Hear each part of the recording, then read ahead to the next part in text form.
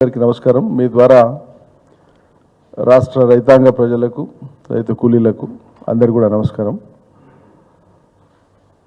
ఈ రాష్ట్రంలో కాంగ్రెస్ ప్రభుత్వం ఏర్పడినప్పటి నుంచి సుమారు 10 నెలలుగా పాలన అనేటువంటిది మొత్తం పడకేసింది.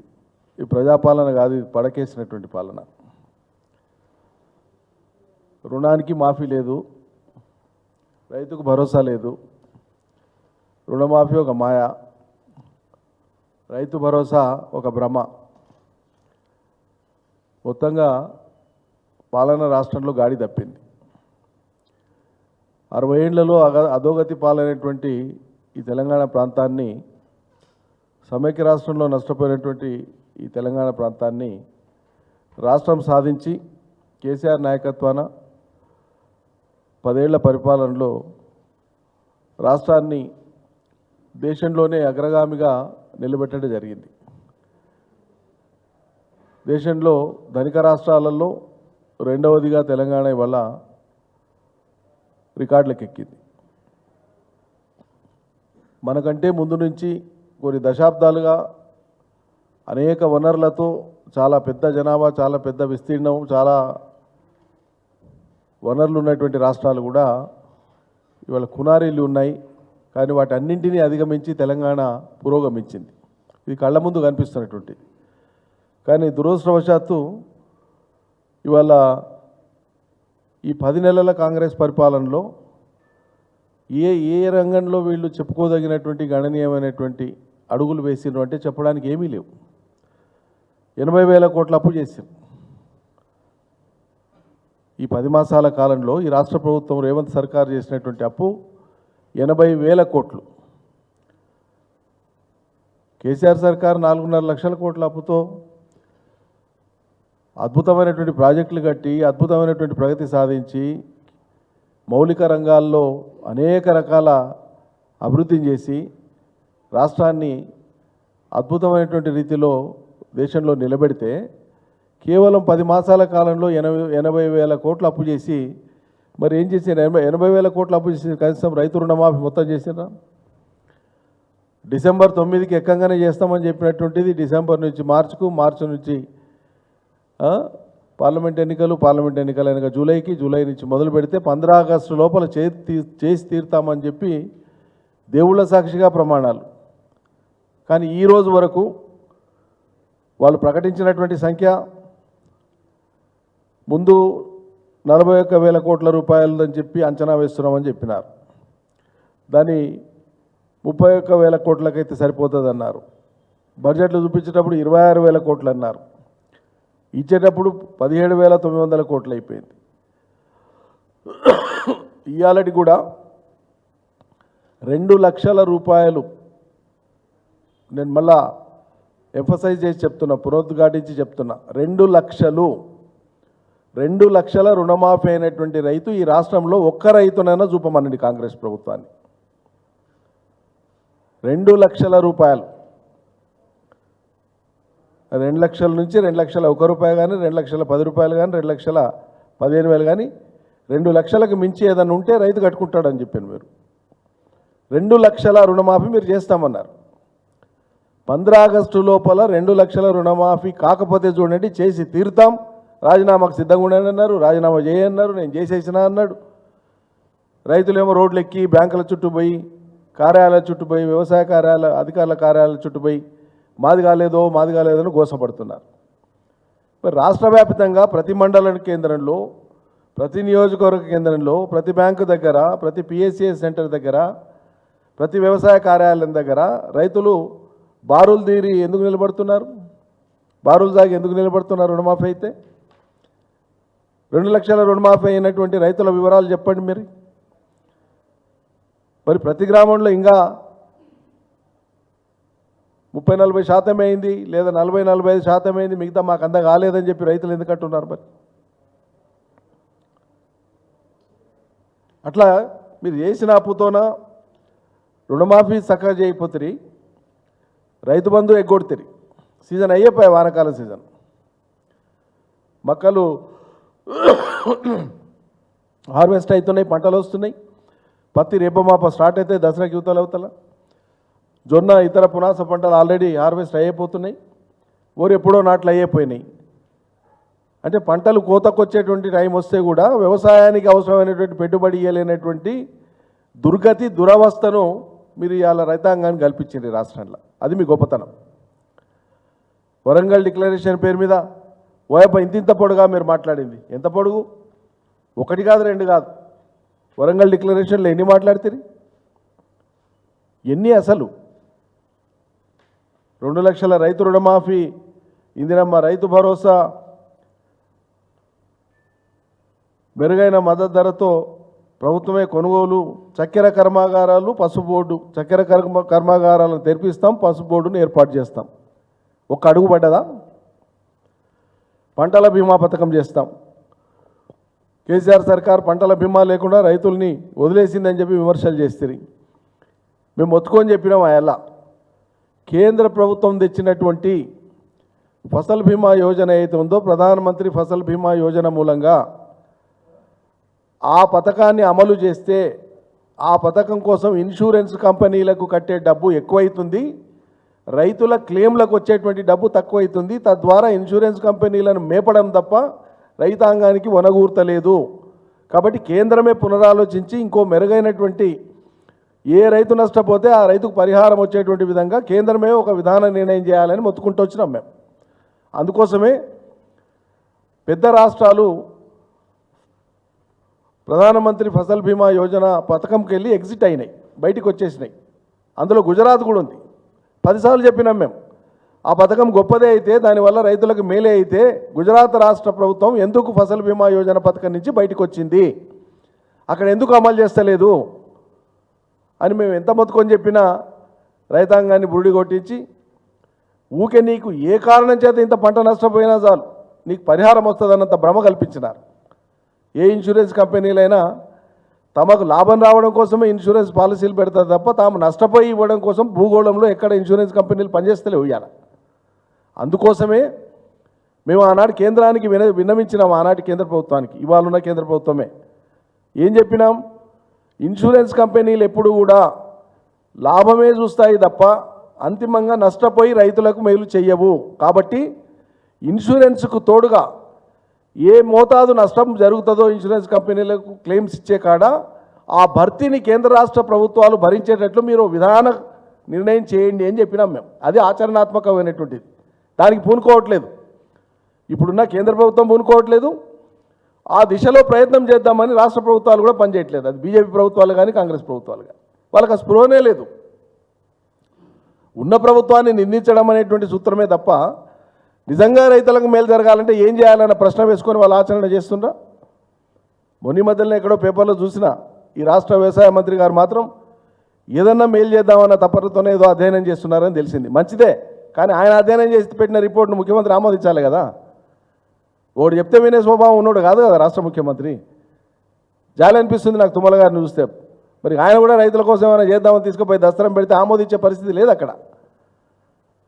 సమగ్రంగా ప్రభుత్వం అనేటువంటిది అన్నీ ఆలోచించి రైతుల కోసం ఇది చేద్దాము, ఇతర పక్షాలను కూడా కలుపుకుందాం, విపక్షాలను కలుపుకుందాం, రాష్ట్రంలో ఉండేటువంటి రైతు సంఘాలను కూడా కలుపుకొని ఏదైనా చేద్దామనేటువంటి ఆ ఉదార స్వభావమే లేదు. ఆ సూచనలు సలహాలు తీసుకుని ఏదైనా చేద్దామనేదే లేదు రాష్ట్ర ప్రభుత్వానికి. అట్లా ఇంకోటి చెప్పినారు వరంగల్ డిక్లరేషన్లో చాలా ముఖ్యమైనటువంటిది. రైతులే కాదు, రైతు కూలీలకు, కౌలు రైతులకు కూడా మేము భరోసా ఇస్తామన్నారు. 15,000 చొప్పున ఎకరాకు. సావు కబురు సల్లగా చెప్పినట్లు నిన్నను మొన్ననో పాప వ్యవసాయ మంత్రి గారు, ఈ రాష్ట్ర వ్యవసాయ శాఖ మంత్రి గారు చెప్పేసినారు, అయా కౌలు రైతులకు మేము ఇయ్యలేము, మా చేత కాదని చేతులు ఎత్తేసినారు. అది చెప్తూ ఇంకో మాట చెప్పినారు, రైతులు మీరు మాట్లాడుకోండి, ఇంకా మాకు సంబంధం లేదు, అది మాకు సంబంధం లేదు, మీరు రైతులు మాట్లాడుకోండి. మేము మొదటి నుంచి ఏం చెప్పినామంటే, కేసీఆర్ గారు సాక్షాత్తు శాసనసభలో చెప్పినారు, ఒకసారి కాదు 2-3 సార్లు చెప్పినారు, అయా తెలంగాణ ప్రాంతంలో ఉండేటువంటి కౌలుకు, ఆంధ్ర ప్రాంతంలో ఉండేటువంటి కౌలుకు మీరు మాట్లాడేటువంటిది ఆ భాష ఆంధ్ర ప్రాంతంలో అమల్లో ఉండేటువంటి కౌలు విధానాన్ని తెచ్చి మీరు తెలంగాణలో మాట్లాడుతున్నారు. ఇది ఇక్కడ వర్తించదు, తెలంగాణ వేరయా, తెలంగాణ కౌలు చట్టాలు వేరు, తెలంగాణ ఆంధ్ర కౌలు చట్టాలు వేరు అని చెప్పినాం మనం. ఉమ్మడి రాష్ట్రం ఉన్ననాడు కూడా తెలంగాణ కౌలుదారి చట్టం వేరు, ఆంధ్ర కౌలుదారి చట్టం వేరు, ఇది గమనించాలి. కానీ కొంతమంది మేధావులు ఆంధ్ర నుంచి వచ్చి తెలంగాణలో స్థిరపడి ఇక్కడ రైతుల నాయకులుగా, రైతుల సంఘాలుగా ప్రొజెక్ట్ చేస్తూ కేసీఆర్ ప్రభుత్వాన్ని బలహీనపరచడం కోసం వాళ్ళ ఆనాడు నిరంతరం ఒక ఆర్గ్యుమెంట్ బిల్డప్ చేసి ప్రజల్లోకి తీసుకొని పోవడం, దాన్ని కాంగ్రెస్ పార్టీ ఎత్తుకొని మేము వస్తే కౌలు రైతులకు ఇస్తామని చెప్పి ఆశ పెట్టి ఒక ప్రకటన చేసి పడేసినారు. ఇరుక్కున్నారు. ఇప్పుడు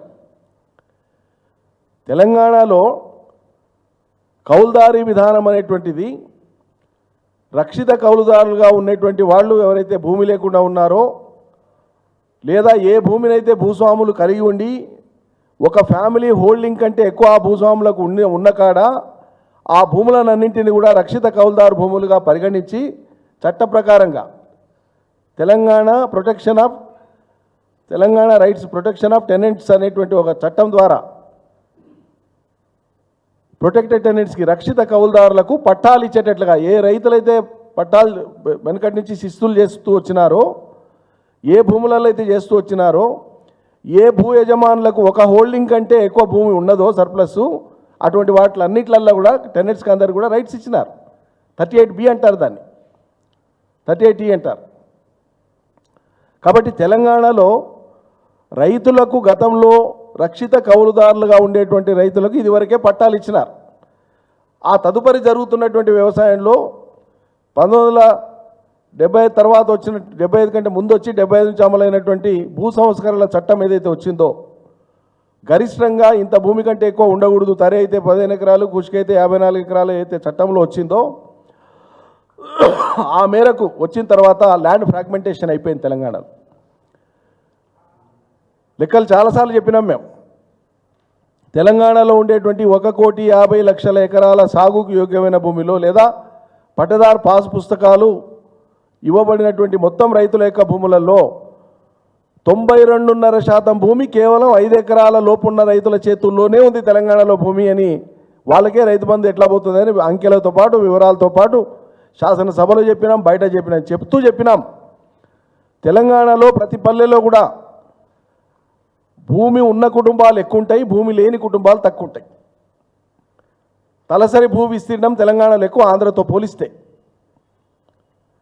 ఇక్కడ ప్రతి పల్లెలో ఆ ఊర్లో మొత్తం ఒక 300-400 కుటుంబాలు ఉంటే బొత్తిగా భూమి అసలే లేదనుకునేటువంటి కుటుంబాలు డెఫినెట్గా ఒక 7 నుంచి 10% ఉంటాయి. మిగిలిన వాళ్ళకు అరెకరమో, పావెకరమో, 30 ఎకరమో, ఎకరమో ఎంతో కొంత భూమి ఉండి మళ్ళీ వాళ్ళు కూలీ ఇతర పనులు చేసుకొని బతుకుతుంటారు.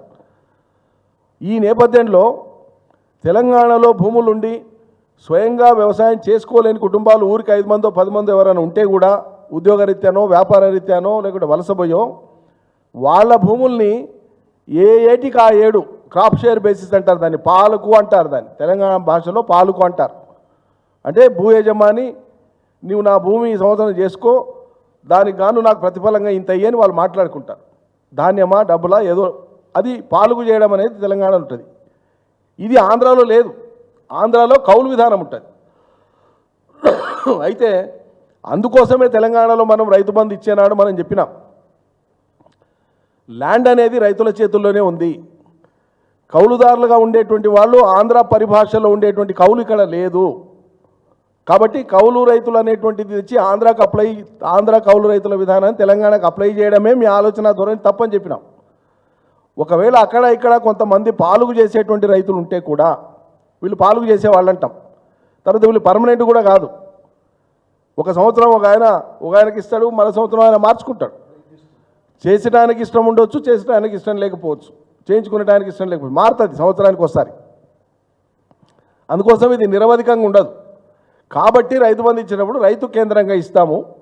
వాళ్ళు మాట్లాడుకుంటారు, అయ్యా నీకు వస్తుంది కదా రైతు బంధు, నాకు పాలు కొంచెం తక్కువే అని ఆయన అడుగుతాడు, ఈయన ఒప్పుకుంటాడు. ఉదాహరణగా అదేదో వాళ్ళ వ్యవహారం, వాళ్ళ మధ్య వ్యవహారం అని చెప్పినాం మనం. దానికి భిన్నంగా రైతాంగాన్ని తమ వైపు మలుచుకోవడం కోసం, వాళ్ళని ఏదో గెలుచుకుంటున్నామన్న ఉదారత్వం చూపడం కోసం కౌలు రైతుకి ఇస్తాం,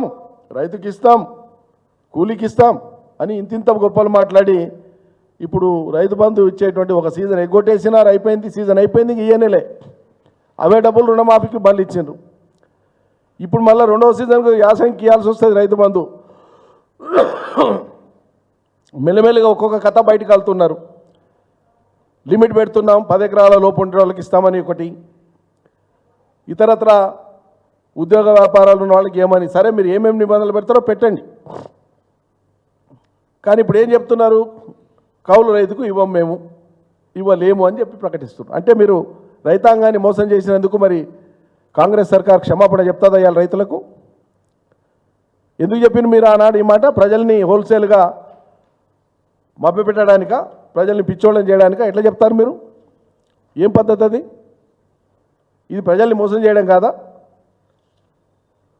ఇది ఇట్లా ఉంటే ఇవాళ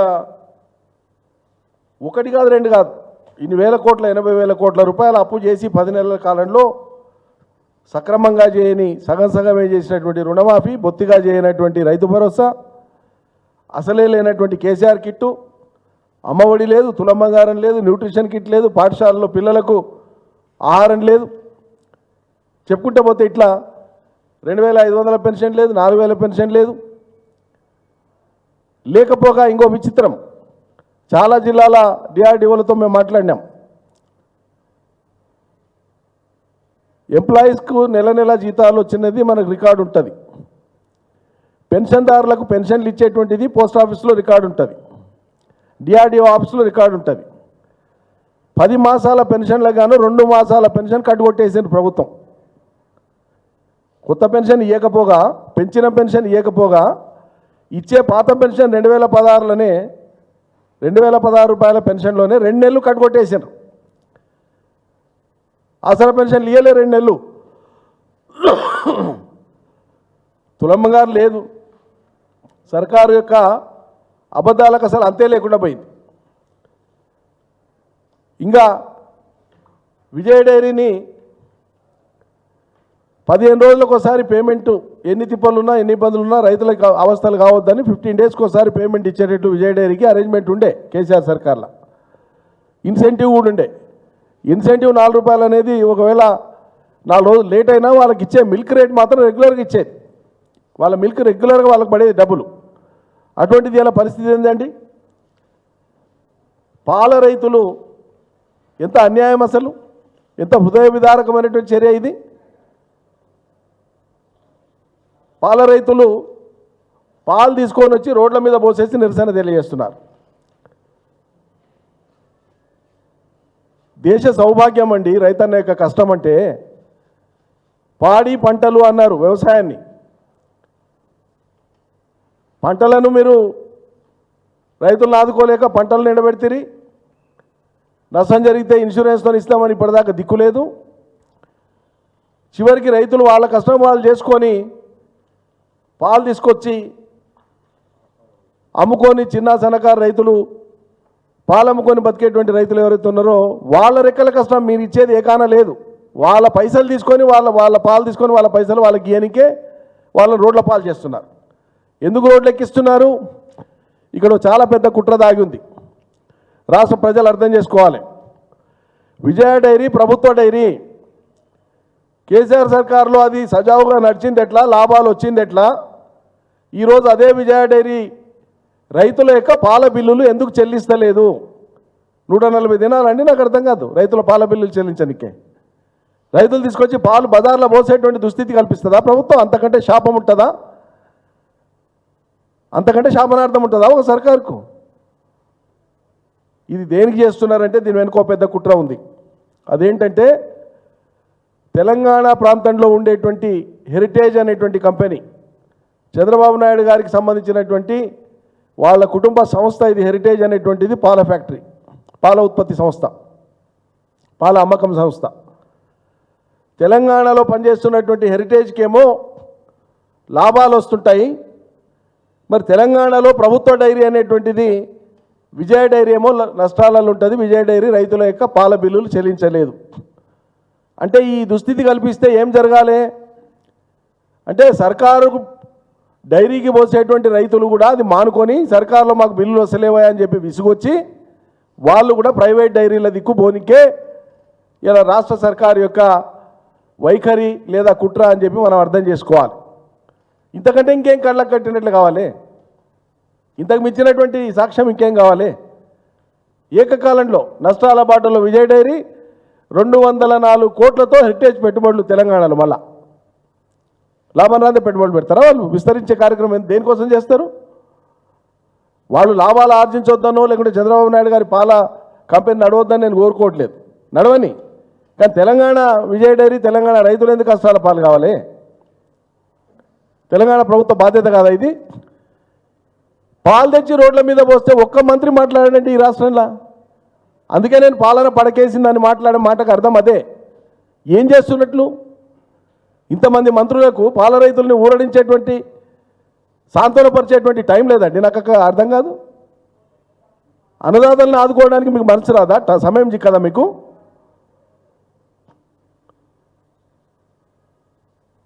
పెద్ద ప్రహసనం చేసేసినారు. 6 గ్యారెంటీలు అనేది పెద్ద ప్రహసనం. మాట్లాడి అలసిపోయినాం మేము. ప్రజలు ప్రపంచంలో తెలంగాణలో వాడుకలో ఉండేటువంటి బూతులన్నీ వాడి ఈ ప్రభుత్వాన్ని శాపనార్థాలు పెట్టి తిడుతున్నారు. ఇక అవన్నీ మేము మా నోటి నుంచి ఉచ్చరించలేము, మేము దాన్ని ప్రోత్సహించం కూడా. కానీ ఆ స్థితి రాకుండా జాగ్రత్త పడాలి కదా.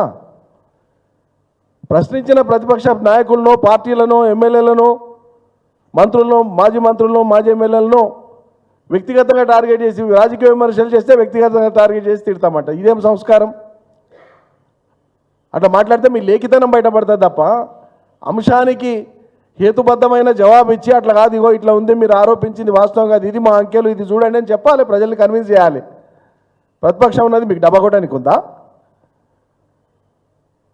ఉన్న లొసుగుల్ని జరిగే తప్పుల్ని ఎత్తి చూపే బాధ్యత మాది కాదా? ప్రతిపక్షానికి కాదా? మాకంటే ముందు నిజాయితీగా చెప్పాలంటే మాకంటే ముందు ఇలా ప్రజలు వీధి మీదకి వచ్చి అడుగుతున్నారు. రుణమాఫీ గురించి కానీ, రైతు బంధు గురించి కానీ, పెన్షన్ల గురించి కానీ, హాస్టళ్ల గురించి కానీ, హాస్టళ్ల వసతి గురించి కానీ, నిరుద్యోగుల నోటిఫికేషన్ల విషయంలో కానీ. కాబట్టి వ్యక్తిగత దూషణ పక్కకు పెట్టి పాలన మీద దృష్టి పెట్టాల్సింది పోయి ఆరోపణలు చేసిన వాళ్ళ మీద నిగుదేల్చే పని చేయకుండా విమర్శలు చేయడం అనేటువంటిది ఇది ఎక్కడ చూడలేదు. తెలంగాణలో మొదటిసారి చూస్తున్నాం. ఎక్కడైనా అధికార పార్టీ ఏదైనా చేస్తే ప్రతిపక్షాలు దాడులు చేస్తాయి, రాజకీయ దాడి చేస్తాయి. దాడులు అంటే భౌతిక దాడులు కాదు, విమర్శనాస్త్రాలతో దాడులు చేస్తాయి విపక్షాలు. వాళ్ళు అవి చేయాల్సిన పనే అది. తెలంగాణలో విచిత్రంగా ఉంది. తనకు తానే ముఖ్యమంత్రి గారు కానీ, ఆయన మంత్రివర్గ సహచరులు కానీ కొంతమంది తమకు తామే ఆరోపణలు చేస్తూ, తమకు తామే విమర్శలు చేస్తూ, తమకు తామే ఎదుటోళ్ళ మీద దాడులు చేసి మాట్లాడతారు. ఇంకేమనంటారంటే నాకు ఇవ్వకుండా కనీసం నా సీటుకు గౌరవం ఇవ్వాలి కదని మాట్లాడతాడు ముఖ్యమంత్రి. ఇతరులకు గౌరవం ఇస్తేనే కదా మనం గౌరవం పొంది అర్హత పొంది ఉంటాం ఎప్పుడైనా. నేను నాకు ఇష్టం వచ్చినట్టు మాట్లాడతా, నేను కించపరుస్తా, నేను న్యూనతపరుస్తా, హేళన చేసి మాట్లాడతా. కానీ నా సీటు చూసి నన్ను గౌరవించాలంటే ఇదెక్కడి ప్రొటెక్షన్ వస్తుంది? ఇదేమి ఇమ్యూనిటీ రాదు కదా. మర్యాద గౌరవం అనేది ఇచ్చిపుచ్చుకునేది.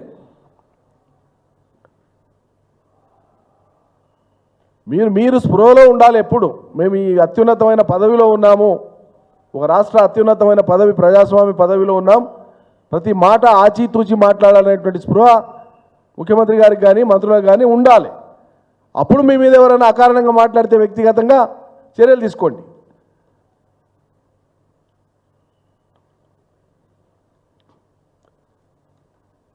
కాబట్టి ఇవాళ మేము ఆనాడు ఏం చెప్పినామో అదే జరిగింది. రైతు బంధు ఇవ్వలేరు వీళ్ళు చెప్తున్నారు కానీ సాధ్యం కాదు ఇట్లా ఇవ్వడం అని చెప్తే లేలే మేము ఇచ్చి చూపిస్తామన్నారు. రుణమాఫీ సాధ్యం కాదు అట్లా అని చెప్పినాం, చెప్పి చేసి చూపిస్తామన్నారు, అది కాలే. సరిగ్గా డిక్లరేషన్లో ఉన్న విషయాలు చాలా ఉన్నాయి. వాళ్ళు చెప్పిన డిక్లరేషన్లో 1 కాదు 2 కాదు, ఇక అనేక అంశాలు ప్రతిరోజు ఉండేటువంటివే ఉన్నాయి. ఈ బీమాకు సంబంధించి కూడా మరి ఏం పాలసీ తీసుకొస్తారు, ఏం చేస్తారు, ఇప్పటికైతే అతి లేదు గతి లేదు. బీమాకు సంబంధించి నిజంగానే ఈ ప్రభుత్వానికి చిత్తశుద్ధి ఉంటే మేము సూచన చేస్తున్నాం. ఇవాళ భారతదేశంలో బీమాకు సంబంధించే ఒక వినూత్నమైనటువంటి పాలసీ తీసుకురావాల్సిన ఆవశ్యకత ఉంది. ప్రపంచ దేశాలలో ఉండేటువంటి రైతులు నష్టపోతే ఇచ్చేటువంటి బీమా విధానాన్ని వ్యవసాయ దేశాలు ఏ పద్ధతులు అనుసరిస్తున్నాయో మీరు అధ్యయనం చేసి ఓ 3-4 నెలల టైం పట్టినా సరే ఒక అత్యుత్తమమైన పాలసీ తీసుకురండి. నేను తుమ్మల గారిని కూడా రిక్వెస్ట్ చేస్తున్నా, సరే మీ ప్రభుత్వం అంతిమంగా ఆమోదిస్తుందో లేదో దేవుడేరు, కానీ ఓ ప్రయత్నం అయితే చేయండి. ఇన్సూరెన్స్ కంపెనీలు నష్టపోయి రైతులకు పరిహారం ఇవ్వవు, ఇది రాసి పెట్టుకోండి, ఎవరైనా గుర్తించాలి. ఇన్సూరెన్స్ కంపెనీలు ఈసారి క్లెయిమ్స్ ఎక్కువ వచ్చినాయంటే మళ్ళీ సంవత్సరం వాళ్ళ ప్రీమియం పెంచుతారు ఆటోమేటిక్గా. మనం మోటార్ సైకిల్ పెట్టుకున్నా, కారు పెట్టుకున్నా, ఇల్లు పెట్టుకున్నా, ఎల్ఐసి చేసినా, ఇంకోటి చేసినా ఇన్సూరెన్స్ ఒకసారి క్లెయిమ్ అయిందంటే ఆటోమేటిక్గా ప్రీమియం పెరుగుతుంది నెక్స్ట్ ఇయర్. ఇది వాళ్ళ విధానం. లేకుంటే ఆ ఇన్సూరెన్స్ కంపెనీలే నడవు, హెల్త్ ఇన్సూరెన్స్ కానీ ఏదైనా ప్రపంచవ్యాప్తంగా. కాబట్టి రైతాంగానికి మేలు చేయాలనుకున్నప్పుడు డెఫినెట్గా రైతులకు ఒక విపత్తు వస్తే, అది వరదలు కావచ్చు, లేకుంటే ఇంకోటి కావచ్చు, విపత్తులు వచ్చినప్పుడు జరిగేటువంటి నష్టం భరించాలన్నప్పుడు ఒక మోతాదును నిర్ణయించే కాడ డెఫిసిట్ గ్యాప్ ఏదైతే ఉంటుందో అది ప్రభుత్వమే పూనుకొని ఆ గ్యాప్ను పూడ్చి మిగతాది ఇన్సూరెన్స్ పూడ్చేటువంటి ఒక విధానం, మిశ్రమ విధానం తెస్తే తప్ప భారతదేశంలో రైతాంగానికి, నష్టపోయిన రైతాంగానికి మేలు చేయడం సాధ్యం కాదు. ప్రభుత్వాలు దానికి పూనుకోవాలి, దాని మీద ఆలోచన చేయాలి, దాని మీద మేధోమథనం చేయాలి. అది వదిలిపెట్టేసి కేసీఆర్ అమలు చేయలే, ఏడ రైతు నష్టపోయినా కేసీఆర్ బీమా పథకం పెట్టలేదు కాబట్టి ఇది నష్టపోయింది. పెట్టినవనైనా 4 ఏళ్ళు వరుసగా మేము కట్టింది రాష్ట్ర ప్రభుత్వం తరఫున ఇన్సూరెన్స్ కంపెనీలకు 2600 పైచిలకు కోట్లు కడితే రైతాంగానికి వచ్చినటువంటి క్లెయిమ్స్ 600 కోట్లు మైనస్.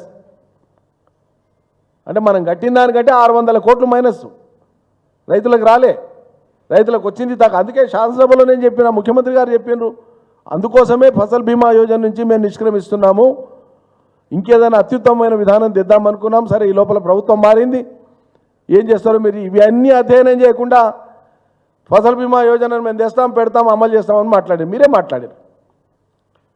ఫసల్ బీమా యోజన లేదు, మీ సొంత యోజన లేదు, యా యోజన లేదు. మరి 10 నెలల నుంచి గాలికి వదిలేసిండ్రు కదా. 10 నెలల నుంచి రైతులకు వరదలు వచ్చే, నష్టం జరిగే, పోయిన యాసంగిలో నీళ్ళు లేక పంటలేండే, కరెంట్ లేక పంటలేండే, ఏం పరిహారం ఇస్తారు మీరు? రాష్ట్రంలో ఒక్క రైతు కన్నా ₹1 పరిహారం ఇచ్చిండ్రా? ఆయన మేమున్నప్పుడు వరదలు వస్తే ఏం చేసినాం? అయా కేంద్ర ప్రభుత్వం వరద సహాయక చర్యల కింద ఏం సహాయం చేస్తలేదు, చేయదు, వీళ్ళ మీద ఆశ లేదని చెప్పి ప్రత్యేకంగా జీవో విడుదల చేసి నష్టపోయినటువంటి రైతులకు ఎకరాకు 10,000 చొప్పున మేము పరిహారానికి జీవో ఇచ్చినాం. కొంత డబ్బు పేమెంట్ జరిగిపోయింది. ఈ లోపల ఎన్నికల కోడ్ వచ్చింది. మీరేం విధానం అమలు చేసిండ్రు? లేదు కదా. అందువల్ల రాష్ట్ర ప్రభుత్వం వాళ్లకు మానవీయ కోణం లేదు, సున్నితత్వం అసలే లేదు. అబద్ధపు హామీలతో అధికారంలోకి వచ్చి అబద్ధాలు మాట్లాడుతూనే ప్రభుత్వం ఏలుబడి సాగాలని కోరుకుంటున్నా. సాధ్యం కాదు. ప్రజలకు ప్రతిరోజు అర్థమైతేనే ఉన్న విషయాలు. ఒట్టి మాటలు చెప్పి కాలం వెళ్ళబుచ్చుడు, ఏం చేయకుండా చేసినట్లు దబాయించి అయిపోయిందంటే నమ్మడానికి సిద్ధంగా ప్రజలు లేరు. అందరి అనుభవంలో ఉన్నాయి, అన్ని అనుభవంలో ఉన్నాయి. ఇది ఇట్లా దిక్కుండంగా ఇంకో హైదరాబాద్ తీసుకొని వచ్చి హైదరాబాద్ ఇమేజ్ను దెబ్బతీశారు. అడ్డగోలుగా మాట్లాడి రాష్ట్ర ఇమేజ్ను దెబ్బతీశారు. మీరు కీర్తిని ఆర్జించలే, ఉన్న కీర్తిని పోగొడుతున్నారు. చట్టంలో ఇదివరకు ఉండేటువంటి చట్టాలలోనే, అవి ఇరిగేషన్ చట్టాలు కావచ్చు, మున్సిపల్ చట్టాలు కావచ్చు, ఏ రకమైన ఆక్రమణలైనా అవి వాటర్ బాడీస్ కానీ, నాలాస్ కానీ, ఇంకేమైనా కానీ ఏ రకమైన ఆక్రమణలు ఉన్నా తొలగించేటువంటి అధికారం ఎగ్జిస్టింగ్ లాస్లోనే ఉన్నాయి, అమల్లో ఉన్న చట్టాల్లోనే ఉన్నాయి. అవి అమలు చేస్తే అందరూ సంతోషపడతారు. కానీ ఒక హైప్ క్రియేట్ చేయడం కోసం అసలైనటువంటి హామీలు, ఇచ్చిన హామీలు, అమలు కావాల్సినటువంటి హామీలు, ప్రజలకు అవసరమైనటువంటి అంశాలు ఇవి తేల్చకుండా కేవలం దృష్టి మరల్చడం కోసం ఏదో భయంకరంగా ఏదో చేయబోతున్నారు, ఇక మార్చేస్తున్నారు అనేటువంటి భ్రమ కల్పించడం, దానికి ఒక సెక్షన్ ఆఫ్ మీడియా విపరీతంగా వంతబాడి ఏదో మహాద్భుతం జరుగుతుందని చెప్పి చూపడం, ఇదంతా ప్రజల్ని మాయ చేయడానికి, ప్రలోభపరచడానికి లేదా బురిడి కొట్టించడానికే ప్రయత్నం తప్ప జనసామాన్యానికి అర్థమైతే లేదా. వీధిలో పడుతున్నారు, తపాలాలు, బోలెలు తినే ఆహార పదార్థాలు రోడ్డున పడిపోయి శాపనార్థాలు పెడుతున్న ప్రజలు, వాళ్ళందరూ కూడా సంపన్నులు కాదు కదా. మరి అంతకుముందు మీరు అధికారంలోకి రాకంటే ముందు కొన్ని రియల్ ఎస్టేట్ కంపెనీల మీద, కొంతమంది బిల్డర్ల మీద మీరు బహిరంగంగా మాట్లాడినారు. వాళ్ళ పేర్లు నేను ఇప్పుడు ఉదాహరించాను. ఇవాళ పల్లెత్తు మాట మాట్లాడతారు వాళ్ళతో. మరి ఏం ఉడబడికలైనవి? మాట్లాడలే గతంలో? హైదరాబాద్ మహానగరంలో ఉండేటువంటి పేరు మోసినటువంటి పెద్ద పెద్ద సంస్థలకు సంబంధించి మీరు చాలా మాట్లాడినరు. వాళ్ళ మీద మాట్లాడేదో చర్య తీసుకోమని ఉపక్రమించడానికి నేను చెప్తలేను, కానీ సామాన్యులే అయినరా మీకు టార్గెట్ అంటున్నా. సామాన్యులే అయినరు కదా, ఇలా పేరు ఒకటి రెండు చూపించి మిగతా సామాన్యుల మీద పోతున్నారు. సరే, ఆర్డినెన్స్ ఏవో దేవాలయం తీసుకురండి, ఆర్డినెన్స్లో ఏం అంశాలు ఉన్నాయో చూస్తాం, పరిశీలిస్తాం, దాని మీద కూడా మాట్లాడతాం. అన్యాక్రాంతమైన ఆక్రమణలకు గురైన ఏ రకమైనటువంటివి అయినా సరే, ఏ ప్రభుత్వం అయినా సరే చర్యలు తీసుకోవాల్సిందే, దాంట్లో ఏం మినాయింపు లేదు. దాన్ని ఎవరు ఆక్షేపించట్లేదు, అడ్డుపడట్లేదు. కానీ జరగవలసిందేంది, దేని మీద మీ దృష్టి? ఇది రాష్ట్ర ప్రజలందరూ కూడా గమనిస్తున్నారు. ఈ తీరు ఎక్కువ కాలం నచ్చదు. గతంలో నేను చెప్పినాను, మా పార్టీ తరఫు నుంచి కూడా మేము చెప్పినాం, చాలామంది మనోళ్ళు మాట్లాడారు. ఆచరణకు సాధ్యం కానివి ఫలానా చెప్పినాం అని చెప్పి చెంపలేసుకొని ఇగో ఇవి చేస్తాము, ఇవి చేయలేకపోతున్నాం, మాకు ఇది లేదని చెప్పండి అని చెప్పినాం. బింకానికి పోయి గంభీరానికి పోయి పెద్ద మాటనా, నోరు కట్టుకుంటే గిట్లయితుంది, ఇది కట్టుకుంటే గట్లయితుంది, ఇంత పొడుగు లేచి మాట్లాడుతుంది. మళ్ళీ ఇవాళ ఎందుకు ఎలకలబడ్డారు? ఎందుకు చేయలేకపోతున్నారు? అంటేనంటే కొంతకాలం నడిపిస్తారు కదా, రీల్ సంతకం అదేంది సినిమా, కేసీఆర్ అప్పులు చేసిపోయింది మాతో లేవు చేద్దాం అనుకుంటే అని మాట్లాడుతుంది. మళ్ళీ మీ గురువు అంటేనేమో కోపం వస్తుందని మాట్లాడిన ఆయన. గురువు కాదంట, మరి నాకు తెలియదు గురువా శిష్యుడా సమకాలీకుడా ఏందో తెలియదు. కానీ పక్క రాష్ట్ర ముఖ్యమంత్రి చంద్రబాబు నాయుడు మరి 4000 పెన్షన్ ఆయన ఎట్లా అమలు చేస్తున్నాను? ఆయన కూడా చెప్పిండు, జగన్మోహన్ రెడ్డి మొత్తం అప్పుల పాలు చేసిపోయిండు, నా ధైర్యం లేదని నవ్వుకుంటా ప్రజలకు చెప్పేసిండు. సావు కబురు సల్లగా చెప్పిండు చంద్రబాబు నాయుడు కూడా ఆంధ్ర ప్రజలకు, నా ధైర్యం ఏం లేదు, కానీ ఉన్న దాంట్లో ఏదో చేస్తాను. మరి ఏం లేదు అక్కడ ఆంధ్రాలన్న చంద్రబాబు నాయుడు పెన్షన్లు అమలు చేస్తే అప్పుల పాలైందన్నటువంటి రేవంత్ రెడ్డి ఇక్కడ పెన్షన్లు ఎందుకు అమలు చేస్తలేడు? పాత పెన్షన్లనే రెండు నెలలు ఎందుకు కట్ చేసిండు? వీటి మీద మాట్లాడమంటే ఈ అంశాలు నేను ఇప్పుడు మాట్లాడిన పాయింట్ టు పాయింట్ అంశాల మీద వాళ్ళు ఎవరు జవాబు చెప్పరు. వ్యక్తిగత స్థాయిలో కిందోళ్ళని ఎవరినో ప్రోత్సహించి వాడినో వీడినో సోషల్ మీడియాలో ఆడిడ పెట్టించి తిట్టిపిస్తారు, శునకానందం పొందుతారు దాని నుంచి. దానివల్ల వచ్చేది ఏం లేదు. ప్రభుత్వాలకు ఒక దీర్ఘకాలిక ప్రజా ప్రయోజనం కేంద్రంగా పనిచేసేటువంటి మనస్సు ఉండాలి. వాస్తవాల్ని వాస్తవంగా చెప్పగలిగే ధైర్యం ఉండాలి ప్రభుత్వాలకి, ప్రజలకు వివరించగలిగేటువంటి ధైర్యం ఉండాలి. అయ్యా ఇది ఇట్లా అనుకున్నాం, ఇట్లా అవుతుంది, ఇది చేద్దామని. కానీ పోయినంతకాలం చేయకుండా చేసినట్లు అబద్ధాలే మాట్లాడి ఇదే అని చెప్పి బుల్డోజ్ చేసి మేము ముందుకు వెళ్ళిపోతామంటే ఇది సరైనది కాదు. ప్రజలన్నీ గమనిస్తున్నారు. ఇప్పటికైనా ఈ సర్కార్ తీరు మార్చుకోకపోతే మరి ప్రజలే సరైనటువంటి సమయంలో వాళ్ళ నిర్ణయాన్ని వాళ్ళు ఆయా సందర్భాలను బట్టి తెలియజేస్తారని చెప్పి మనం చేస్తున్నాను. Thank you.